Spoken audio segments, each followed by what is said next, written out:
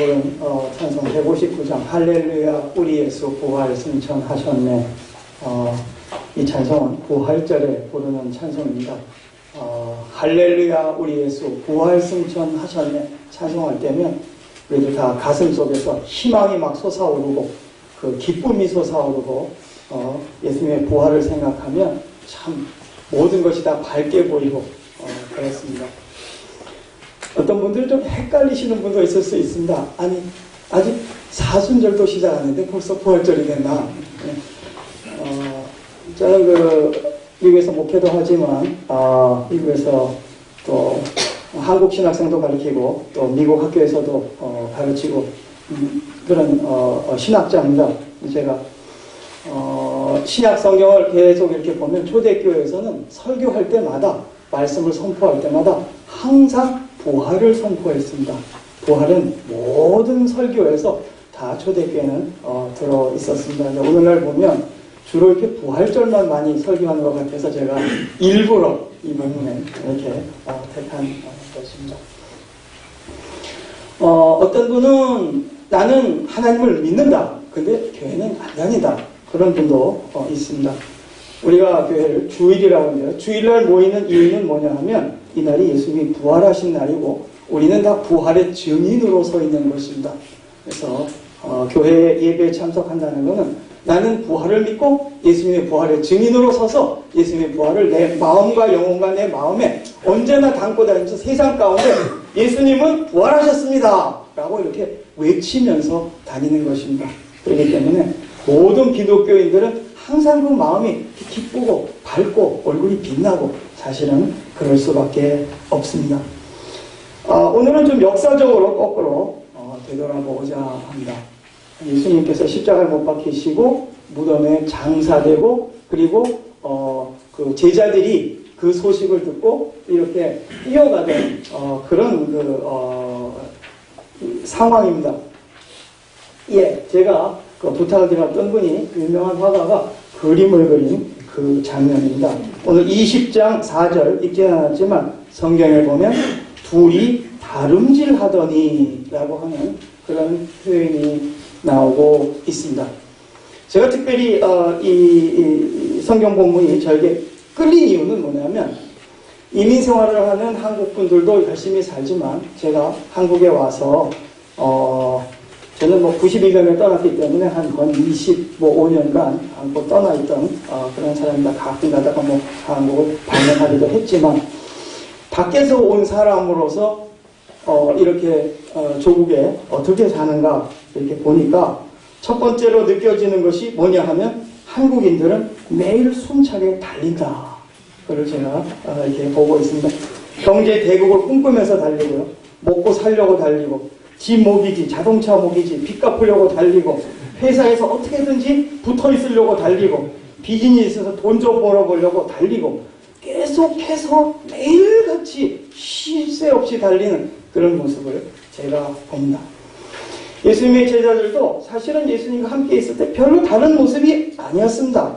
예수님이 왕이 되거나 예수님이 높은 자리에 올라가면 누가 더 조금이라도 더 높이 올라갈 것인가 하면서 서로 싸우고 경쟁하고 하던 그런 일이 있었습니다. 그렇지만 그들의 꿈은 이루어지지 않았습니다. 예수님의 십자가에서 처참하게 처형당했고 예수님도 그 제자들도 다 실패자로 낙인 찍히게 됐고 제자들은 좌절과 절망감 속에서 헤매고 있었습니다. 그런데 제자들이 완전히 인생의 밑바닥을 치는데 거기에다가 마지막 인간의 자존심인 이 매장지에까지도 문제가 생겼습니다. 사람은 죽습니다. 죽은 다음에는 시체가 있고 시체는 잘 매장을 해야지만 그 사람에게 마지막 가는 길에 그 인간에 대한 그 존중을 표시하게 되어 있습니다. 일반적으로 십자가에서 처형된 사람은 매장하지 않습니다.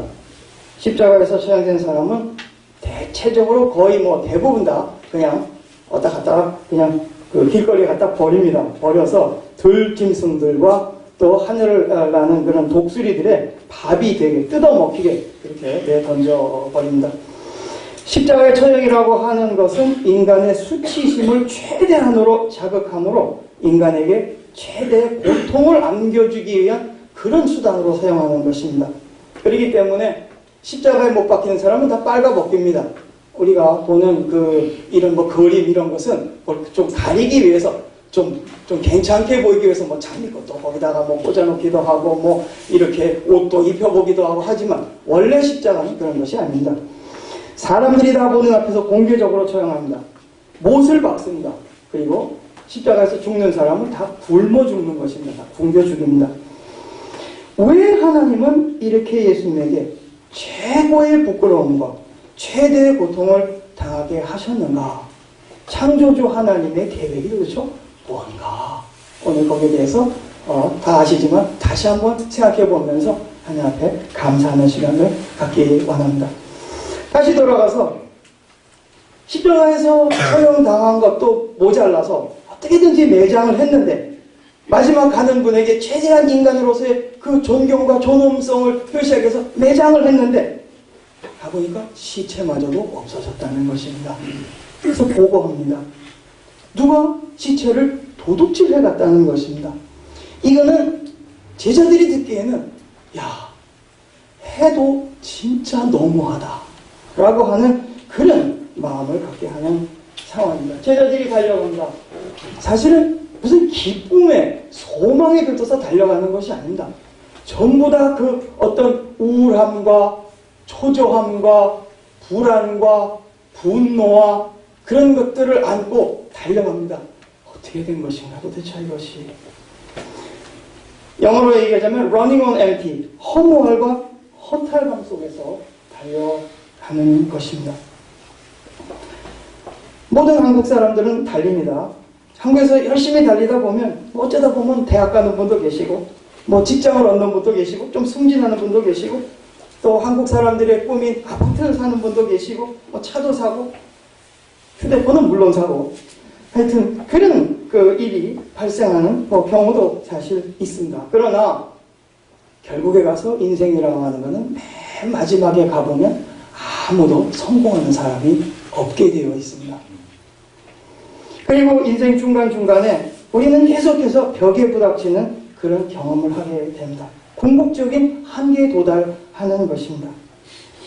사업도 잘 안 되기도 하고 망하기도 하고 어떤 사람은 이혼하기도 하고 아이들이 말썽도 피우고 병에 걸리고 사랑하는 사람이 죽고 그러면서 나는 더 이상 갈 수가 없다 라고 하는 것들을 종종 우리 인간은 가다가 보면 또 경험하고 또 경험하고 하는 것입니다. 그 중에서도 가장 우리가 견디기 어려운 것은 뭐냐 하면 아무래도 이 수치의 경험이 아닌가 생각합니다. 특별히 한국 사회는 계속해서 무한 경쟁으로 달려가기 때문에 뒤처진 사람들의 그 좌절감과 그 우울함과 그 수치 항상 제가 보기에는 한국 사람들 가장 동남아시아 이 동쪽 이스트 아시아 계통에서 가장 발달하고 가장 겉으로 보기엔 깨끗하고 가장 아름다워 보이는 그런 나라지만 그 영혼과 마음 밑바닥에 항상 깔려있는 그것들, 없어지지 않는 그것들, 그 스트레스들, 그런 것들을 외부에서 온 저 같은 사람이 이렇게 보면 많이 이렇게 느끼고 있습니다.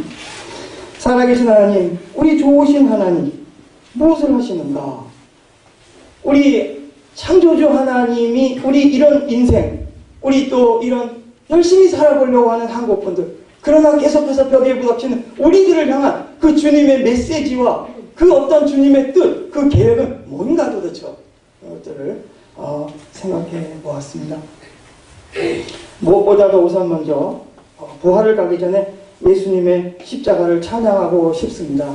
할렐루야. 예수님이 십자가를 통해서 우리에게 많은 것들을 안겨주셨습니다. 인간이 당하는 그런 모든 어려움, 그런 고통, 이런 것을 보시고 하나님은 인간을 위로하시고 성장시키시고 구원하실 계획을 가지고 계셨습니다. 그리고 지금 우리에게 계속해서 그 계획을 실행해 가고 계십니다. 어떤 때는 우리가 잘 느끼지 못할 때도 있습니다. 그러나 이 계획은 지금도 계속해서 진행되고 있습니다. 예수님의 십자가는 2000년 전에 있었던 것은 끝나는 게 아닙니다. 그것을 믿고 따르는 사람들에게 계속해서 지금 종말을 향해서 그런 하나님의 계획이 하나하나 실행돼서 계속해서 움직이고 있습니다. 예수님의 십자가를 통해서 오늘도 우리에게 말씀하신다. 아주 분명히 그리고 크게 말씀하십니다. 나는 너희들과 함께 한다. 나는 너희들의 고통에 참여하고 있다. 나는 너희들의 실수에도 불구하고 계속해서 너희들을 사랑하고 있다. 나는 너희들을 있는 그대로 받아주겠다. 용서해 준다. 깨끗하게 씻겨주고 다시 시작하게 해준다. 라고 분명하게 말씀해 주십니다. 무엇보다도 예수님의 십자가는 그냥 우리들의 그 고통과 좌절과 절망을 그대로 그냥 보고 계신 분만이 아니라 그 자리에 와서 함께 해 주시고 함께 와서 같이 고통을 느끼시고 같이 우리와 함께 그 길을 손을 잡고 어둠의 길을 통과해 나가시는 분이 바로 우리의 창조주 하나님인 것을 역력히 보여주는 증거라고 할 수가 있습니다. 그것을 믿는 자에게는 십자가는 큰 위로가 되고 큰 힘이 됩니다. 그것을 우리는 믿음이라 이렇게 얘기를 합니다. 오늘 성경 본문에 보면 아주 재미있는 부분이 나옵니다. 베드로와 요한이 달려갑니다. 여러분 어떤 분이 베드로고 어떤 분이 요한인지 구별이 가십니까? 예, 저쪽에 앞에 달려가는 분이 요한입니다. 왜냐하면 젊기 때문에 달리기 경쟁을 하면 앞서서 가게 되어 있습니다. 베드로는 조금 나이 들어서 약간 기력이 딸리는 모양입니다. 뭐 왕년에는 이 사람도 잘 나가던 사람이었으나 이 시점에 이르러서는 이렇습니다. 근데요, 요한이 먼저 무덤에 도착했지만 여러분 누가 먼저 들어가는지 아세요? 베드로가 먼저 들어갑니다. 빨리빨리 열심히 달렸다고 해가지고 꼭 먼저 들어가지 않는다는 것입니다. 회사에 다니는 분들 열심히 달려서 진급하고 또 진급하고 또 진급하려고 바둥바둥하는 모습을 제가 한국에 가서 봅니다. 저도 왜 그러는가 저는 잘 몰랐습니다. 미국 같은 경우는 그냥 뭐 생긴 대로 살든지 아니면 뭐 자기 능력대로 살든지 그냥 살면 되지 왜 그러는가 가만 보니까 그게 아니고 가만히 있으면 뒤에 후배나 나이 어린 분들이 자꾸 올라오면 나중에는 그분이 그 팀에서 같이 해야 되니까 그 수치심이라든가 하여튼 그런 것 때문에 그냥 스스로 혼자 이게 그만두는 뭐 그런 경우가 많이 있다 이렇게 얘기를 합니다. 뭐 텔레비 보니까 뭐 현대그룹에서 뭐 60세에 뭐 정년퇴직을 뭐 정했다 그러는데 현대 다니는 분한테 물어보니까 자기가 스스로 다 그만두지 그때까지 안 남아있는다 뭐 그러더라고요. 하여튼 한국 분들은 뭐든지 다 빨리빨리 이렇게 하여튼 빨리빨리 달립니다. 열심히들. 신 목사님이 이제 교회 와서 집회하시고 하여튼 미국에 와 있었을 때 우리가 그 좀 바닷가에 좀 괜찮은 조그만 식당인데요. 좀 가자 그래서 갔습니다. 가서 이제 우리는 뭐 많이 시키지도 않아서 그랬지만 다른 팀들도 다 이렇게 와 있었어요. 근데 여러분 여러 팀이 와 있었는데 어느 팀이 제일 빨리 먹고 나갔겠습니까? 우리 한국 사람은 세계에서 밥을 가장 빨리 먹는 민족입니다. 또 외국에 나가보면 압니다. 여기는 일반적으로 레스토랑에 가면은 저녁에 레저베이션에서 이렇게 예약을 해놓으면 다 하루 저녁 전부 있습니다. 외국 사람들은. 한국 사람들은요 한 팀이 왔다가 또 나오고 한 팀이 왔다가 또 나오고 한 팀이 왔다가 또 나오고 계속 바뀝니다. 왜? 빨리 먹고 나가기 때문에. 어쨌든 한국 사람은 제가 보기엔 전 세계에서 아파트를 가장 빨리 짓는 민족으로 저는 그렇게 알고 있습니다. 제가 한국에 가서 아파트 질 때 벽지 바르는 거 놀랬습니다. 천정 벽지 바르는 사람은 천정 벽지만 전문적으로 바르는데 어떻게 일층부터 착착착착 해가지고 그냥 쫙 위까지 발라 올라가는데 야 세상에 저렇게 빨리 집을 짓는 사람이 다 있냐. 근데 좀 이상한 것도 봤습니다. 천국에 빨리빨리 가려고 빨리빨리 서두르는 사람은 한국 사람은 별로 없는 것 같더라고요. 예. 요즘은 정년퇴직 다 빠르고 은퇴해서 시간이 많이 남습니다. 그래가지고 한국에 와보니까는 등산하는 사람 옛날에는 뭐 주로 여자분들만 했는데 남자분들도 다 많이 이렇게 등산하고 그런다 그러는데요. 빨리빨리 살아도 사실 그렇습니다. 결국에 가서는 다 그렇게 됩니다. 천국 갈 계획들을 좀 빨리빨리 좀 잘 세우시기를 부탁드립니다. 정년퇴직도요. 두 가지인데요. 하나는 하여튼 먹고 살아야 되지 않겠습니까? 먹고 살 계획도 있지만 또 하나는 이 교회 다니거나 신앙을 가진 분들은 참 죽을 때까지도 저는 좋다 이렇게 생각합니다. 왜냐하면 세상 사람들은 그런 계획에 잘 머리가 안 돌아갑니다. 마음이 안 들어갑니다. 그러나 우리 교회 다니고 예수 믿는 분들은 기본 성향이 그런 쪽으로 가기 때문에 어떻게 하면 노후를 가장 보람있게 봉사하면서 선교하면서 전도하면서 구제하면서 하나님의 나라의 일을 하면서 살까 하는 것을 생각하고 계획하고 빨리빨리 그런 것들을 잘 수립하면은요, 하나님께서 불러서 가실 때까지 정말 너무나 행복하게 그렇게 잘 살아갈 수 있지 않을까 저는 그렇게 생각합니다. 예수 믿고 교회 다니고 신앙생활 하는 분들 같이 행복하고 축복받은 분들이 없다 하는 것을 저는 한국에 와서 다시 한번 경험하게 됩니다. 다시 오늘 성경 본문으로 들어갑니다. 요한이 먼저 달려왔습니다. 근데 베드로가 먼저 무덤 안으로 들어갔습니다. 그런데 요한은 나중에 들어갔습니다.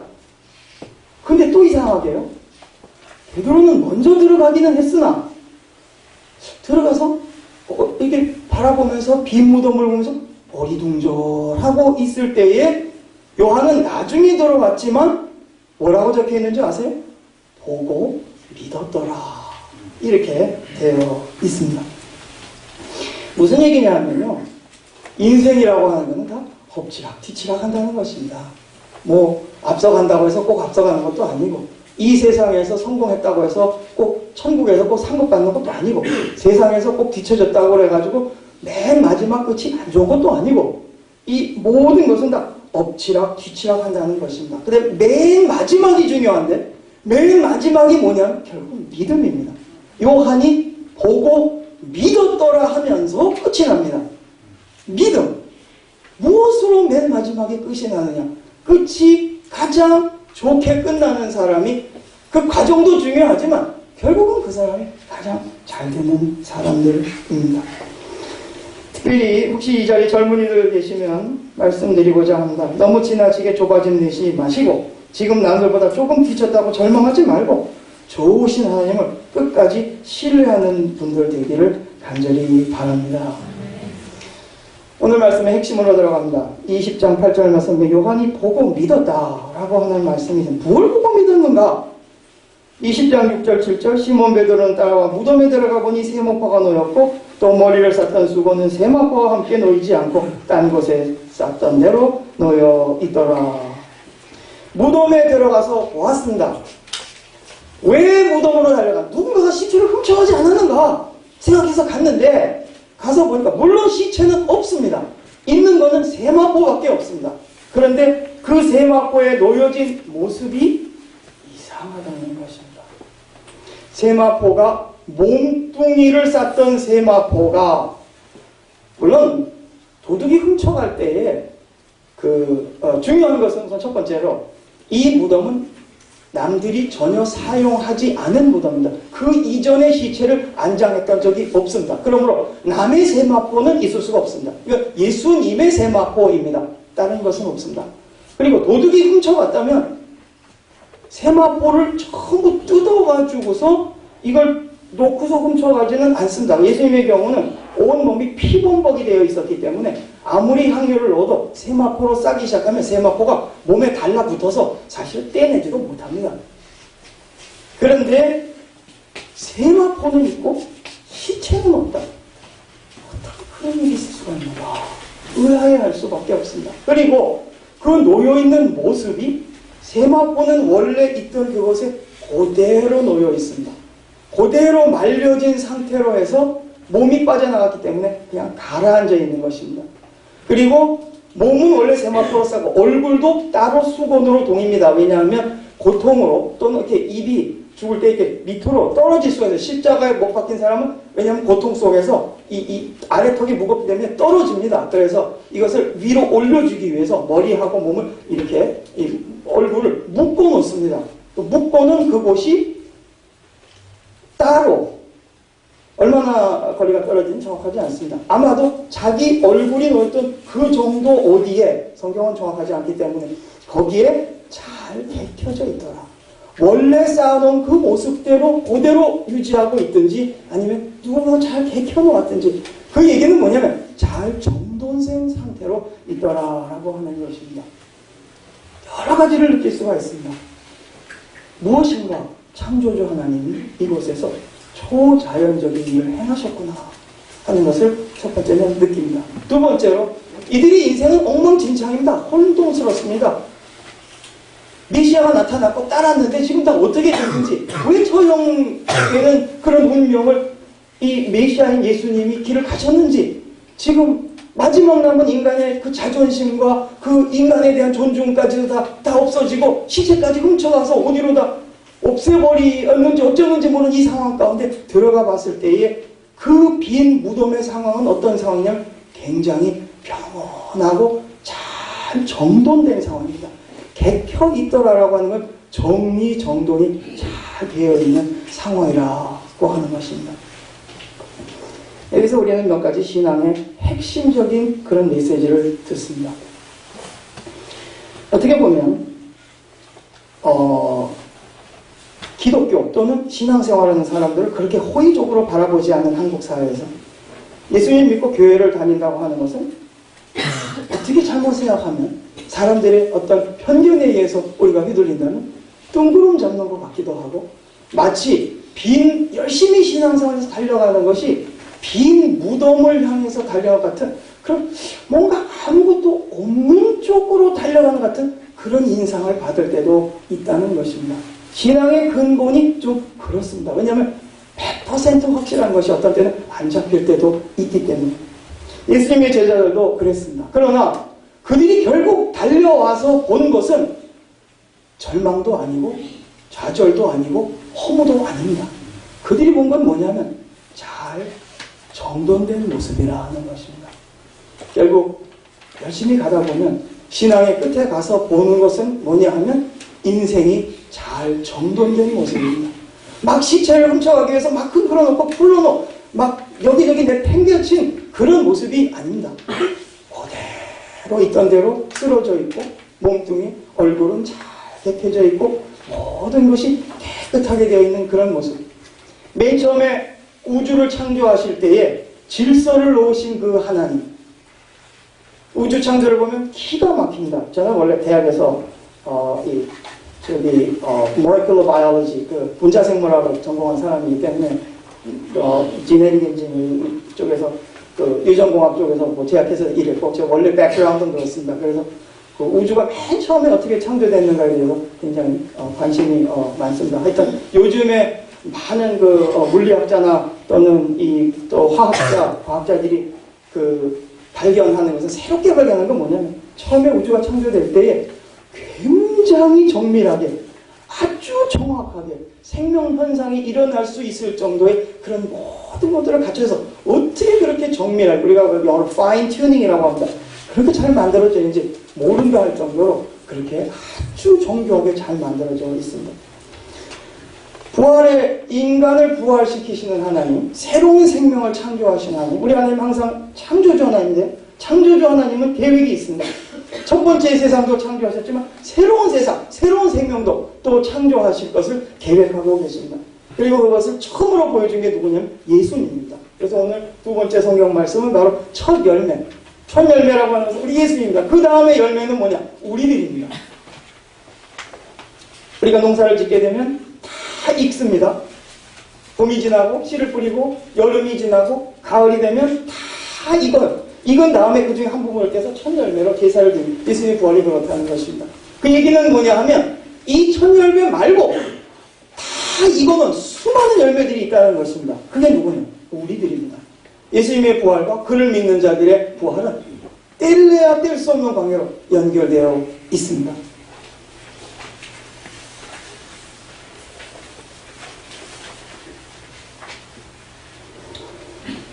인간을 포함해 이 세상에 존재하는 모든 생명, 우주의 모든 물질 세계도 첫 번째의 이 지금 창조는 그 자체로 아름답기는 하지만, 그러나 결국에 가서는 다 한계에 도달하게 되어 있고 다 죽고 없어지고 썩게 되어 있습니다. 창조주 하나님은 새로운 그런 계획을 세우셨습니다. 새로운 계획이 뭐냐 하는 것을 예수 그리스도의 부활을 통해서 우리에게 분명하게 보여주셨습니다.